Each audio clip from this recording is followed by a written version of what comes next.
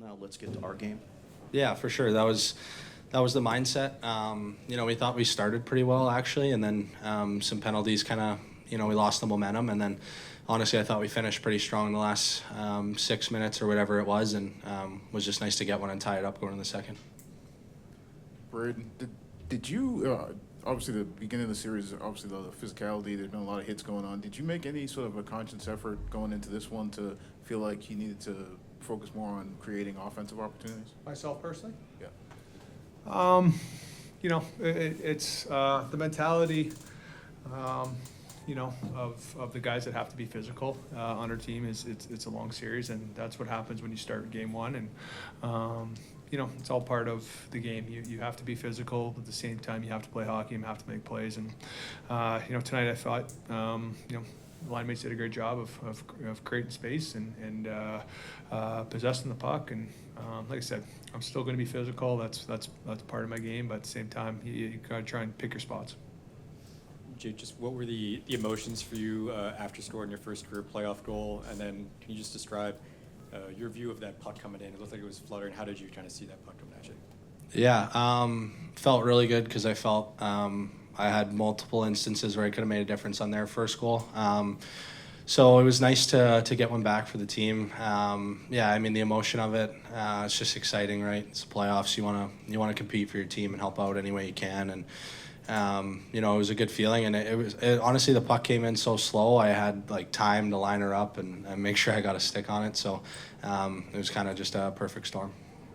I think about that last game of the season you guys played against the Jets. It's a perfect example of when they're at their best, they get rolling and that momentum gets going. You guys have done a real good job these last couple of games of kind of continuing the attack even when you're up, to keep them from building that momentum, and just kind of the importance of that attack mindset that you guys have had in these last couple of games.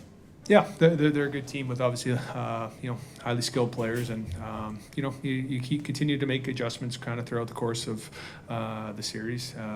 Try to able to slow them down, and like I said, so far both teams have done their job at home, and best of three now, and the playoffs are full of momentum swings. That's kind of how it goes from game to game, and so we're happy where they're at right now, and we gotta do a good job to try and limit those opportunities or offensive momentum shifts in Game 5 here. Brayden, you've chased a good goalie now 2 games in a row. What have you been able to do to have the success you've had against him now?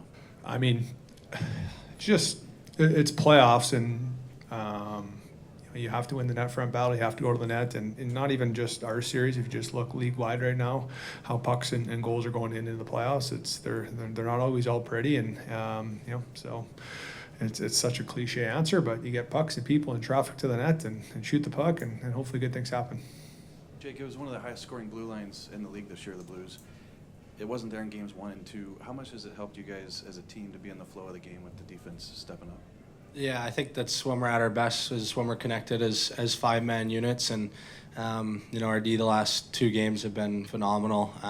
Breaking pucks out with their feet, and obviously in the O-zone shooting lots of pucks, and that was something we thought we were kind of missing the first couple of games, was just that shot mentality from up top, and obviously, like Schenner said, getting people there. So they've done a great job of being shot ready and putting themselves in positions to get those shots off and get them through. So they've been fantastic the last 2. Brayden, no one knows Jordan's greatness better than you. What are you seeing right now out of him? I think the D-men are doing a good job of helping out in front of the net. But he's making big saves when he needs to. He obviously, when Binner's on, he has the ability to read the play very well, and I think he's done a great job of that. Obviously series timely saves, key saves, and he's gotten better as the series going on. Jake, I think it was you that I asked about their big, strong, physical defensemen that keep you away from their net front, and sometimes you have to fight through that. Has it been as simple as that, or has there been anything else to it to be able to have the success getting to the net like you have? Yeah, I think it's just the mindset, the attitude to do it. It's hard, it's not easy, and it's not a fun place to go, but it can be rewarding, obviously, as we've seen the last couple games. And but yeah, I think it's as simple as that. It's just an attitude and a willingness to go there, get there, and you're going to create space for others around you. Obviously, create traffic for shots and things like that. So it's just a very necessary part of the ozone that we've done a really good job of the last two. Brayden, when you guys were down 0-2, how much do you lean on the confidence built throughout the last couple months of the season to try to get you back into the series? Yeah, we were down out a long time ago, and our mentality of the room is just keep on playing hard, play for one another, and go out there and worry about the little details and habits that are going to win you hockey games. And so far, that's kind of what we did after game two. I felt like we actually played really good hockey in Winnipeg and just didn't get the result. We were up in game one, and game two we just didn't have a good third period. So it's been a tight series. It's going to be a tough game five, and we just rely on one another to go out there and do your job, and that's been giving us results for a couple months now. Winnipeg's top line first two games, I think combined was +11. The last two, I think, -15. What have you guys done well to limit them and to control the pace of play of the top two lines? Well, I think guys that are out there a lot against them have done a really good job. It's no different when you get skilled players that want time and space. You have to limit them, and I think with Perry and Fowler and a lot of the Tomer line or whoever else is out against them have done a good job of that.